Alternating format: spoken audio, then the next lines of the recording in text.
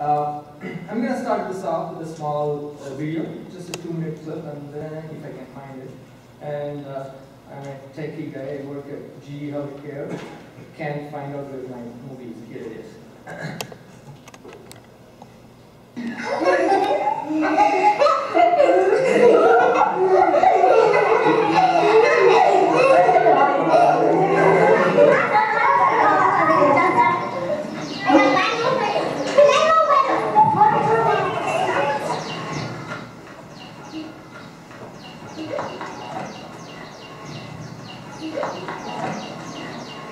अंदर नहीं हो?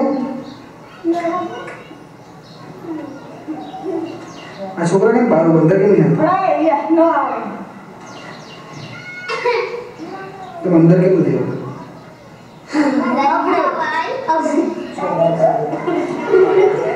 घर कौन सा? मासी नाम शो? मासी नाम शो? तो आई होंगे घर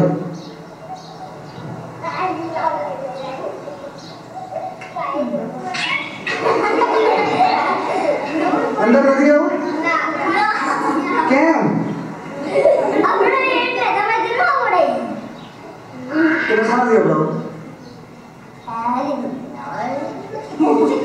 Ya sel, baru tinggal berapa? Apa sih makan juga deh? Apa aja deh?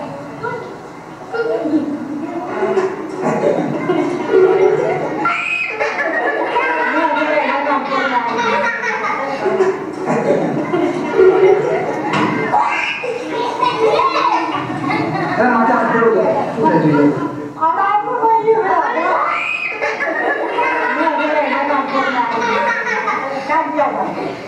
Ramesh तू क्या कुड़ी से रमेश बरोबर बद्दा बरोबर तू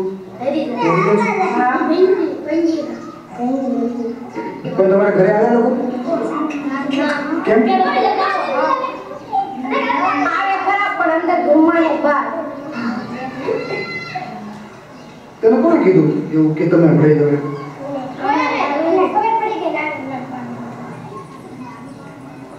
तुम्हारे में खबर ऊपर आदमी नहीं उभा रहा कालो को साथे क्या अब रहे ला बसियत से ईद बननी है बसियत लो. So this is a movie called India Untouched. It just shows in a funny, at this point at least, in a funny way how discrimination happens in India. It's a small village scene where kids are happily playing around. It still looks like playing around, but we can clearly see that one of the kids is considered an untouchable. There is discrimination. People don't even touch him. Even his friends who are 5 years old or 10 years old, they don't even want to hang around with him. They wouldn't come into his house and those things.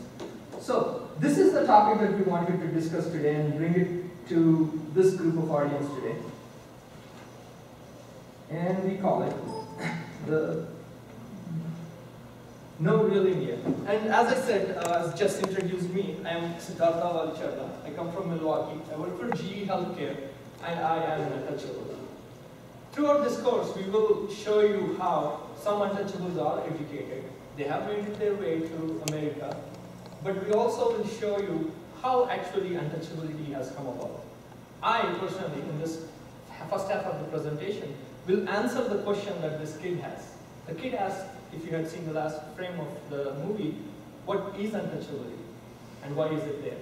So I will touch upon that topic, and then Lalit here will take it further and show around what is happening in today's India.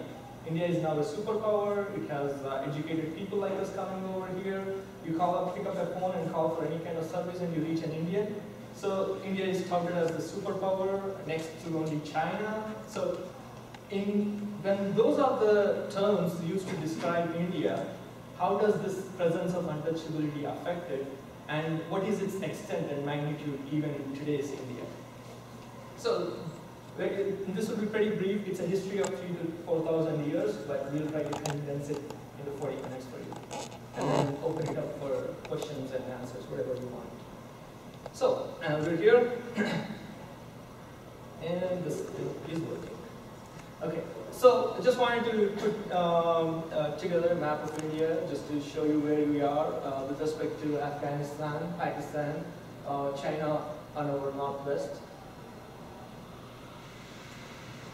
Comparatively, India's land mass is just 1/3 of all of US land mass. But population-wise, we are a billion, so we are at least 3 times more than the Americans in terms of population.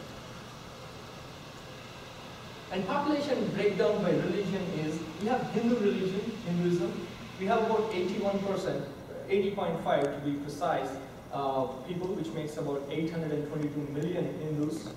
Then we have Muslims, which is the next big denomination there, which is 13% of the population. Christians, Sikhs, and Buddhists, and others. Others include Jains, Jews, Parsis, and others. There are 2 religions over there with asterisks in there. Just wanted to point out that the question about Hindus is, how do you define a Hindu, is what brings it down to that number. There is a broad brush painted across the population of India, and that's how you get that big number of Hindu religion. But as such, Hindu as a religion, or Hindus as people, don't exist. They are a conglomeration of all castes. Castes make up a Hindu religion.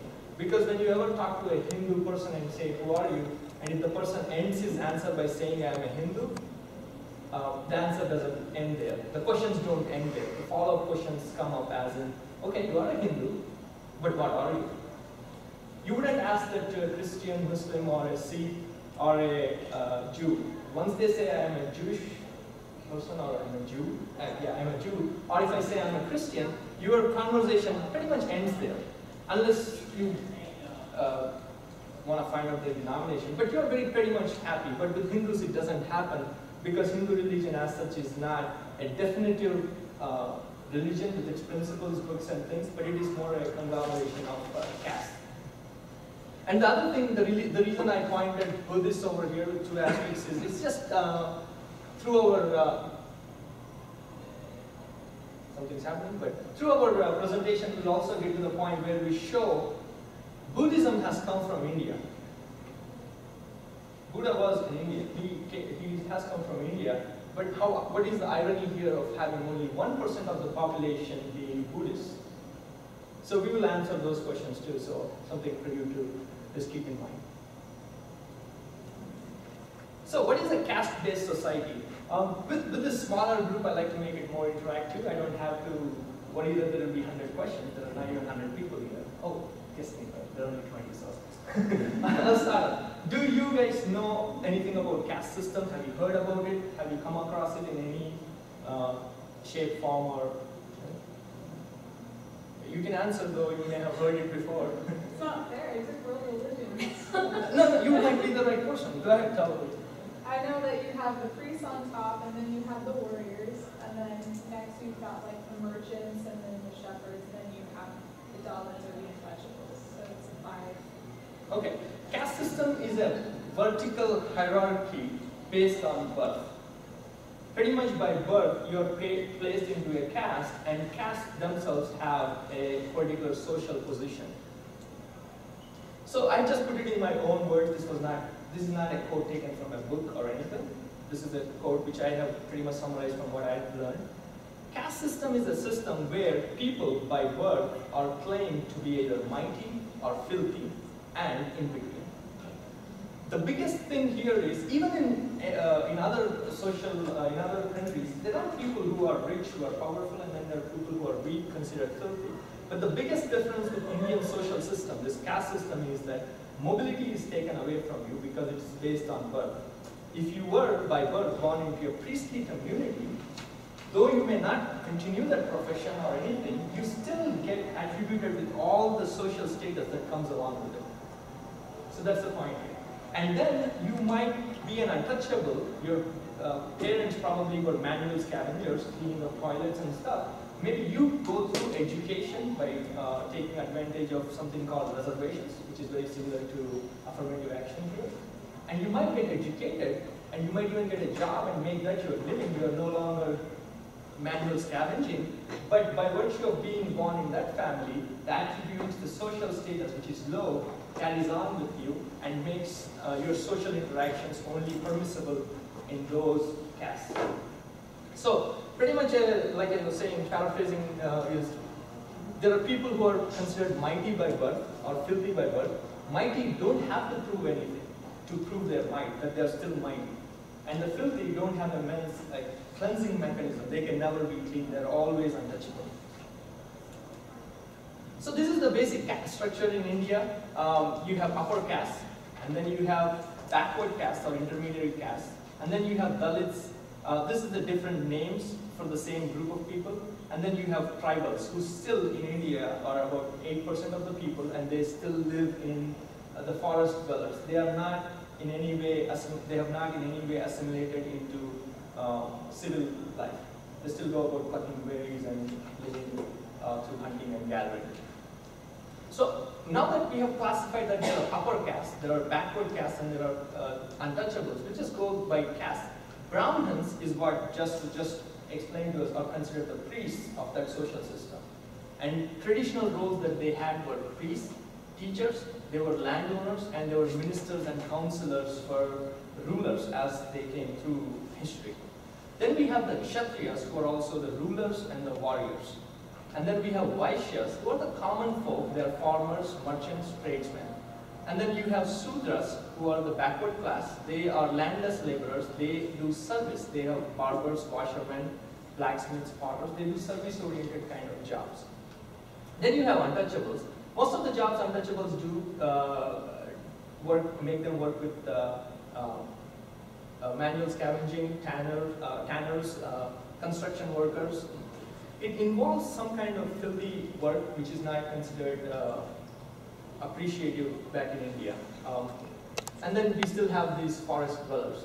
In this whole, as I'm going through my next few slides, I will never touch upon the tribals, the Adivasis, because they are still there and they're there. They have never been affected totally by Hindu religion. They are still kept separate. The only thing that we can note here is, unlike other religions, which when they found a group of people who have not yet been, have not yet seen the wisdom of God or whatever we want to claim it, they try to convert them. But in Hindu religion, when they see these 8% of the people in the tribal zone, they just leave them right there. So that's the difference which I would like to find. But other than that, the tribals were there, I'm pretty sure, from way back, because that's how human beings grew up. They were tribals, they were gatherers, hunters. It's just that they continued to stay on, and in today's world, in India, there are 8% of the people, which is at least 80 million? 8 million, one of those two numbers. But big number of them still, as tribals, as I'm saying, the biggest conflict of interest is that Hindu religion never tried to pull them back into civil life. So, some of the prominent members of these castes have been Nehru and Tendulkar. Nehru was the first Prime Minister of India. Tendulkar is the current captain of the cricket team in India.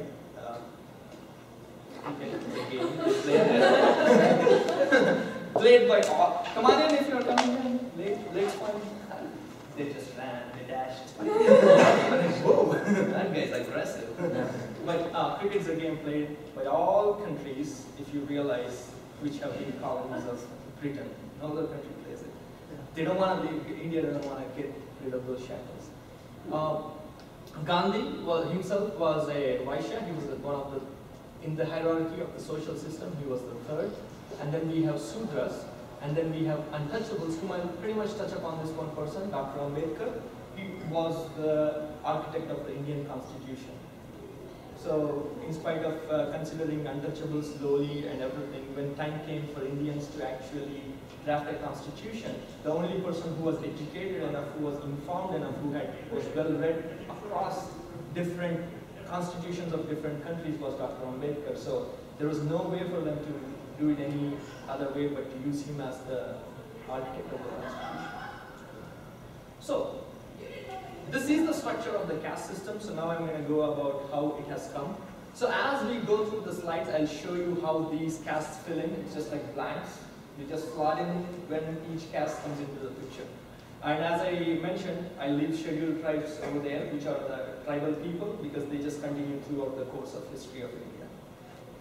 So around 4,000 years ago, 2000 BC, India had no caste. The most famous civilization of that time and across India was the Indus Valley civilization.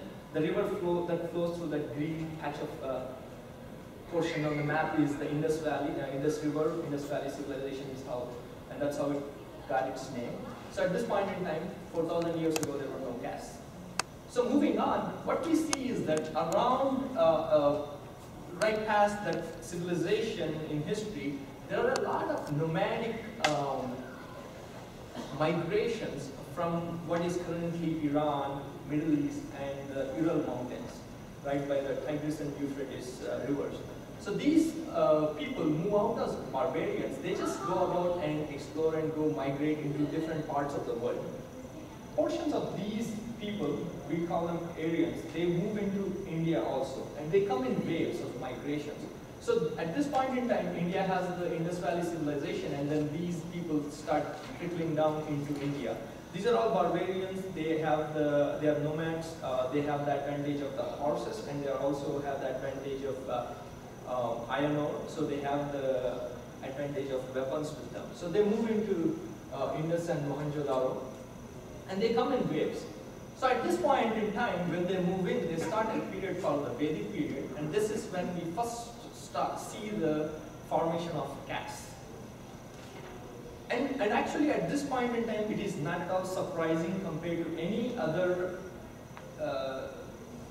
rule at that point in time, or any other kingdom or historic thing, because in each of those cases, in each of those kingdoms, there must be priests, and then you have a group of people who are warriors and rulers, and then there is everyone else. So at this point in time, India also just goes through this same group of castes. So in the beginning, when the castes were formed, there were Brahmins, then there were Kshatriyas, the warriors and the rulers, and then we have the common people. The biggest thing that happens here is that this is the reality of the life there. There are really people who are priests, who are rulers, and then who are actually common people, just going about with common life. This group of people, Brahmins, realize that this real state is a very ideal state for them. If they can make the real the ideal, they can always stay on top. So what they do is, through the power of their priesthood and their ability to use the books, they do edify these codes that Brahmins, and they edify that the caste system needs to be permanent, and this needs to be the ideal society, and they also strive then, after they prove that this needs to be the ideal society, to make it the real always throughout their course of history. But as we know, there is always a conflict when one group of people try to claim this high status and want to go ahead with edifying them, codifying them into books and things. And we have seen this in other movies also. There is always a fight between priesthood and the rulers. There is always a fight between who is superior and who is inferior. The similar thing happens in India also. So we have Brahmins who have claimed that they are the most superior, but then there come a group of Kshatriyas. If you have seen the book of Aryan, the slide where I have shown that Aryans have migrated into India, they have come in waves. So one group of Kshatriyas who are very powerful, they actually question the authority of Brahmins. And that's where what happens is that the Brahmins, through their superior religious power, they defeat them, and then they move them to a group of people who are even below the common folk. That's where the first time in Indian history you see this group of people coming up called Sudras. Until then, there is no mention of Sudras, but once the group of Kshatriyas revolt against this Brahmin leadership, the Brahmins defeat them, and then they push them below the common folk. And they stop performing any kind of rituals to them, which then debars them from getting into any kind of social interaction.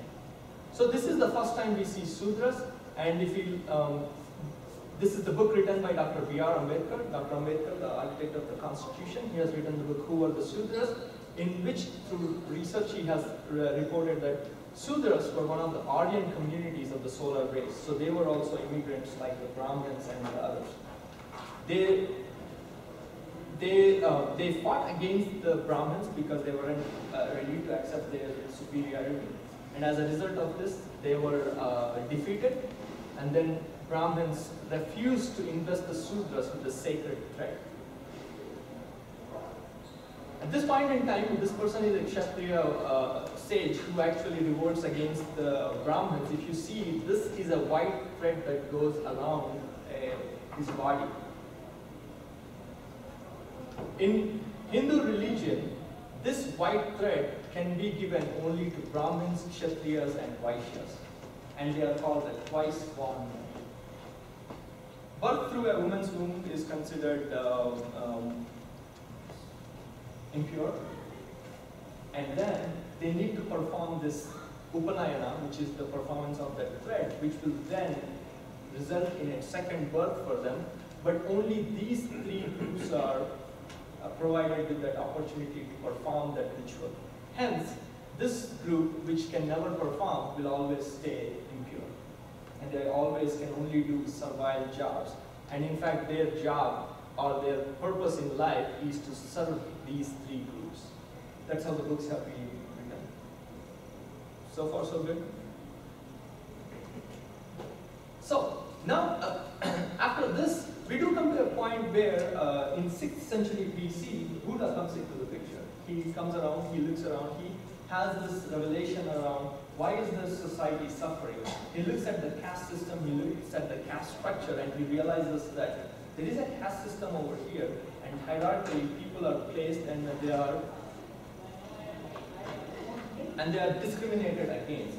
So Buddha comes up with his religion of Buddhism, which is more or less a path to nirvana, path to self-betterment. And at this point in time, India goes about and converts into a huge Buddhist country. And at this point, throughout this history, we see that there are no castes, at least which are prominent and which are fully functional in the country. So caste system is almost eradicated. However, and many emperors actually convert to Buddhism, and the biggest name that comes to my mind is Ashoka. He was the emperor of India, and after a war, he gets so distraught with the destruction that has happened that he does convert to Buddhism, and after which the whole of India converts to Buddhism also. But what happens is, after a few his grandchildren, whatever, Ashoka's grandchildren, once the emperor Brihadatta comes in,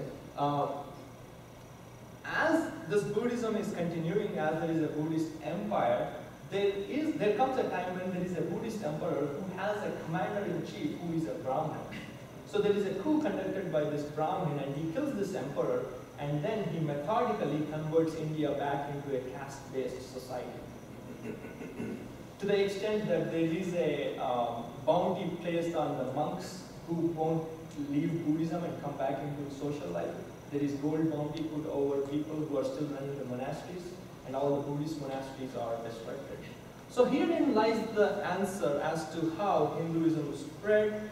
Castes were in the beginning just three, but then a group of rulers actually denounced Brahmin superiority, so they were defeated and they became Sudras. And then when Buddha came, he actually made the empire a casteless society. But later on, a commander-in-chief who was a Brahmin, he conducted a coup, and then he took over the power from the Buddhist emperors and converted the country back into a caste-based society. So, up until the last slides, I still never got to the point of untouchables. I had always stopped at the Sudras. But what happens after this is, when these Buddhists, there are Buddhists who don't convert into Hinduism. And there are also Buddhists who are living outside the village, who are not in direct contact with the village people, and they continue dealing with Buddhism, and also they continue dealing with dead animals, cows, pigs, or whatever. So, contempt and hatred of these broken men and Buddhists by the Brahmins, and their continuation of beef eating by the broken men are the roots from which untouchability has come about. I'm going to stop here because at this point, what I've answered is how has untouchability come up. And by virtue of doing that, I've also shown how these different castes have formed. Let me ask you to stop here and see if there are any questions. Yes? I kind of spun from your lecture so far, but not directly to what you're talking about. What if we came to India for an extended stay? Where would we fall in these castes? You wouldn't. Okay, I will answer this question and then go ahead. You will always be outsiders. My wife here, sitting here, is Mandy. She has come to India. She will always be an outsider. She won't fall into any of these castes. Personally, she wouldn't want to become an untouchable because that's the filthiest of them. Indians won't let her be a Brahmin. So she, or you guys want to just go for an extended study course or whatever, you just go there, you live as outsiders and go back. But in my case, I'll go here deeper thing. Mandy will always be an outsider. She's not an Indian. She could become an Indian citizen if she wants to. She's got this big accent. What cruel plans does this guy have? I'll just answer this question and go. But she will always be an outsider, and I am an untouchable. So the only thing that will happen is when we have kids, by virtue of me being an untouchable, my kids will become an untouchable. Will become untouchables. She's still an outsider. And then my kids, if they marry another group or whatever, it'll work that way. But you as outsiders will always be outsiders. A question? Okay. Okay, say the father is higher rank and like a mother or a woman is lower rank, like an untouchable. What is that child? I mean, does that ever happen? Oh, it does happen. If the guy is an upper caste and the girl is lower caste, it happens, they let them live. But if it I'm not joking. Sometimes. I'm not joking. They let them live. But if the girl is from an upper caste and if the boy is from a lower caste, an untouchable especially, there are things called honor killings. As soon as you hear honor killings, you only go to like some Arabian country or a Muslim country, but in India, there are 1,000 honor killings every year. Reported cases. So, in your case, because the guy is from an upper caste, he does have some level of social status and protection. So the girl will come in, and if their family does accept, they'll just live with them and become of that upper caste. If their family doesn't accept, they'll probably go away. But still, by the virtue of the guy being upper caste, they'll continue on. But if it's the reverse, the girl's parents will hunt them and first kill the girl, and then the boy if they can. I know there are other questions, but can I ask you guys to hold on? I want to ensure that Lalit gets to his contemporary piece of India, which might answer a lot of these questions. Just wanted to ensure that you're still with me and it's still going, still interesting. And if you haven't realized, we have locked the doors now. Okay. After this there was Buddhist period, then the Buddhism goes away, and we again have caste. Then comes the Muslim rulers who come into India. At this point, I have left this intact, because as Muslims came in and people were converting to Islam, there were Hindus left still, and somehow the Muslim rulers never got into the Hindu social fabric. They left it alone. So people never worried about this. So the Hindus were living as they were. There were Brahmins, there were Kshatriyas, Vaishyas, Sudras, and Untouchables. Nothing changed over here, which is the only reason why I left it as is. So Muslim rulers never disturbed the social fabric. In fact, if you read this, which I don't know if I'll read it out for you guys.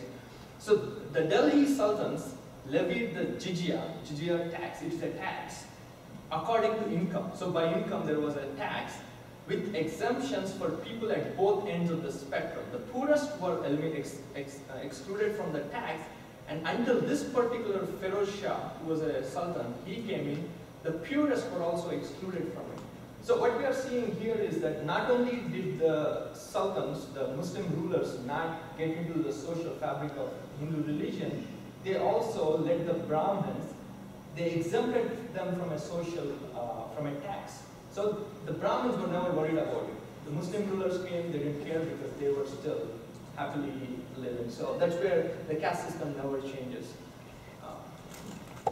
But then the British rule comes, and this is the last proposed slide before I move on to Lalit takes the stage. So the British rule comes in. However, British rule comes in 1600s with the East India Company, and by then the modern ideas of liberty, fraternity, and equality are getting into people's heads. They may have still discriminated Indians as you are brown skinned, we are all white skinned, but once they looked at all Indians were equal for them. They didn't care much about whether you are Brahmin or you are an untouchable. For them, Indians were all the same. So when India cries foul, or Indian media cries foul that Britishers came and destroyed our country, for some people it was actually good. For the untouchables, Britishers coming into India was a relief, because British government started the first missionary schools, they started the first hospitals, they started the first, they gave the first ability for untouchables to voice their opinion. They took them into their military.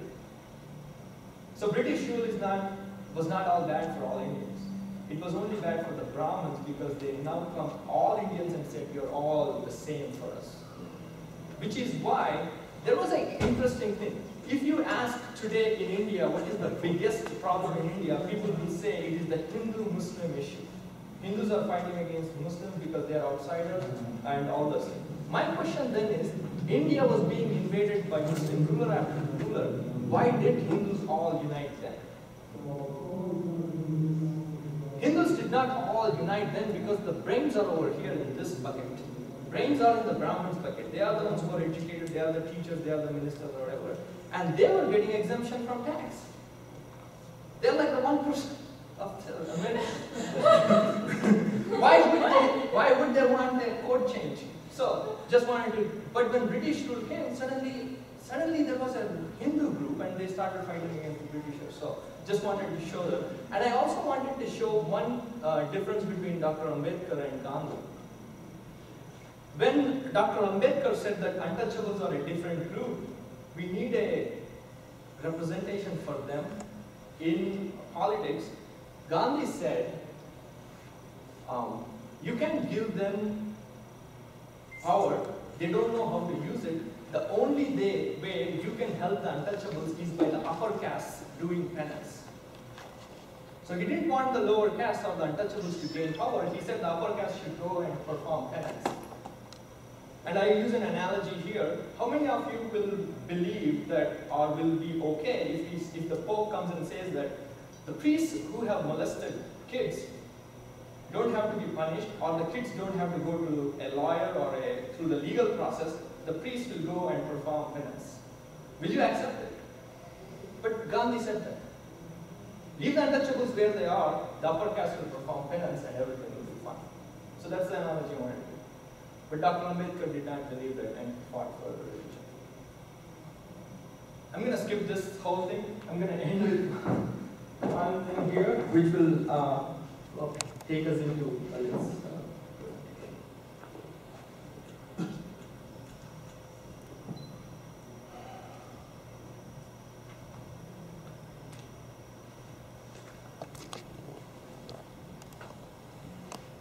Kumar Meena left his hometown Lorna in Rajasthan to live his big city dream here at AIMS.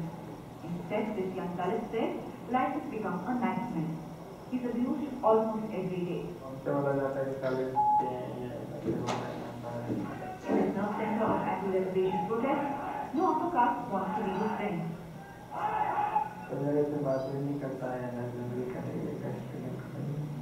And now, he has to vacate his room because hostel number 1 of AIMS, where he stays, is mainly upper caste dominated.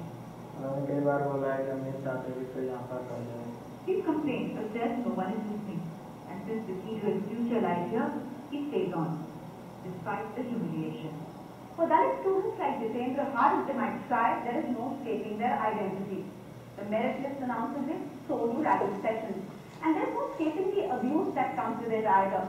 The result, ghettos in hospitals. Records show that of the 45 SC/ST students who've been at AIMS the past year, 34 are living in clusters. Maybe it's just due to the inferiority complex. Yes. It's not just a question of presidents. That the students are seldom elected to unit posts. And of late, there are series being circulated.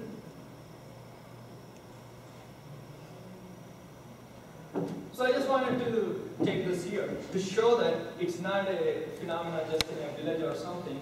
The movie that you saw was in AIMS, All India Institute of Medical Sciences. the topmost medical college. So if I were to ask you today, if you can prove that racism exists in Harvard, and if I can prove that, then can I say that it exists in all over America?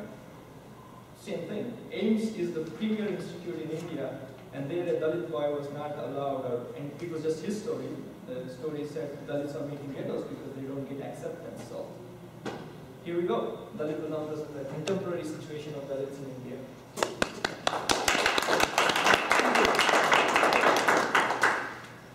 Okay, so we have seen the history of caste system and how it impacts the different caste hierarchies. Dr. Ambedkar, which we have seen, he was constitution maker of India. He said that Mahatmas, India is country of Mahatmas, the rishis. So we have a lot of Mahatmas. So he said that a lot of Mahatmas came and gone.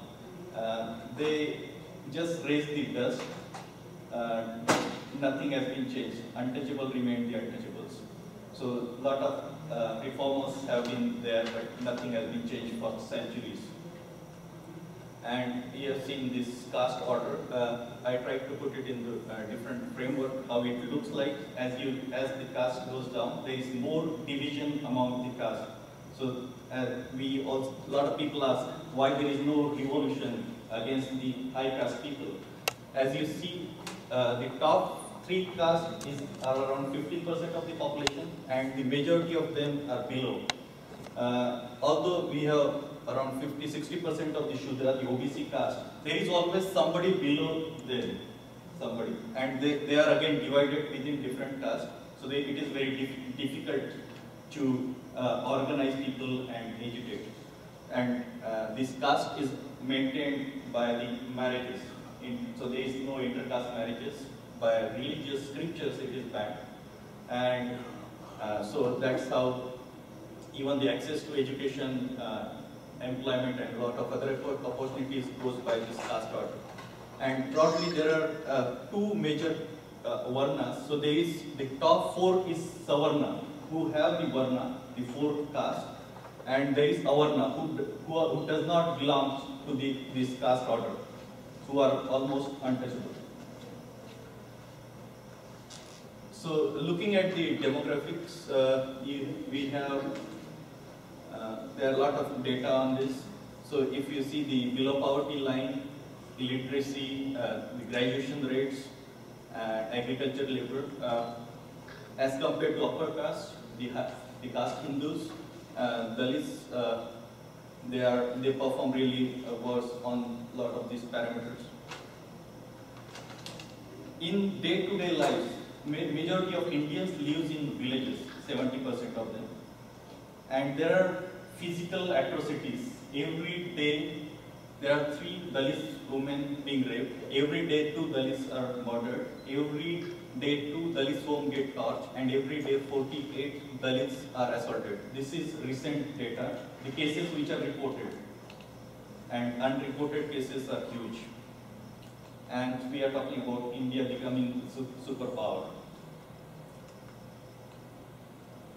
And this is not small population. This is the Dalit population is around 160 million. That is half of America's population. And in South Asia, the issue is not around India itself, but it is in South Asia all over. And the total population of Dalits is around 300 million. So that is almost equal to America's population. So we have the Atrocity Prevention Act, like Civil Rights Protection Act. But there is the judiciary, police system, and the politics. There is whole nexus with this system, and all these positions are controlled by the high caste. So it is very difficult to get the justice. So when you compare the SC/ST, the scheduled caste, scheduled tribe atrocity cases, their conviction rate as compared to normal Indian penal code, with normal criminal cases, it is very high, normal crimes, the conviction rate, but as compared to the civil rights cases, it is very they don't get really justice with all these, whatever is happening.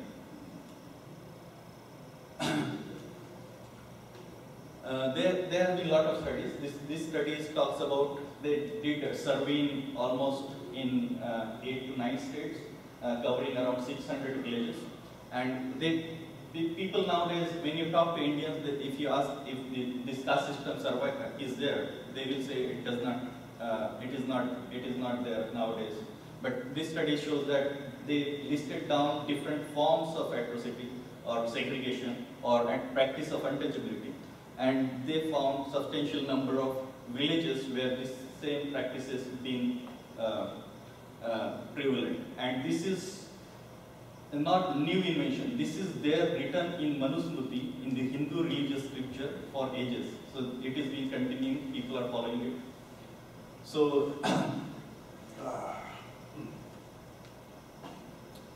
in terms of public behavior, people's response to the Dalits are living in segregated areas in typical villages.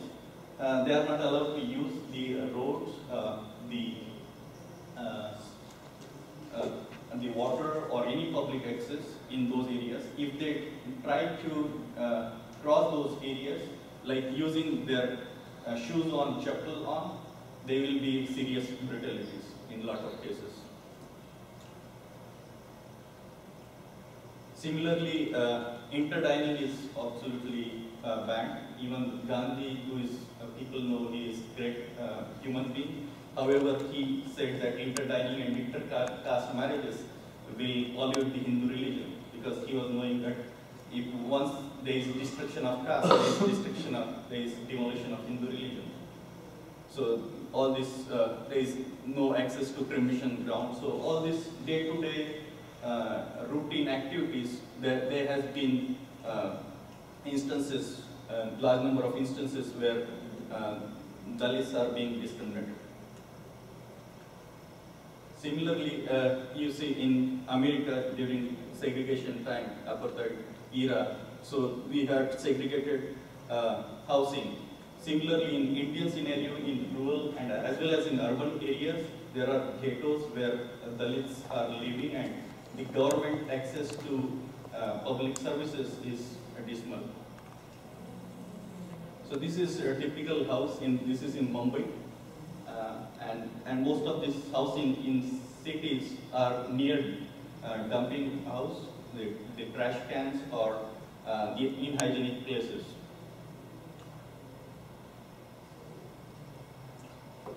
In terms of government services, they try to see if there is discrimination in public civil services, and they found that in terms of healthcare, public roads, post offices, and the ration shop is the office where you get the food supply. Although they are by law, constitution, by Article 17 fundamental rights, untouchability is no more, but all these forms of untouchabilities in practice by the government themselves.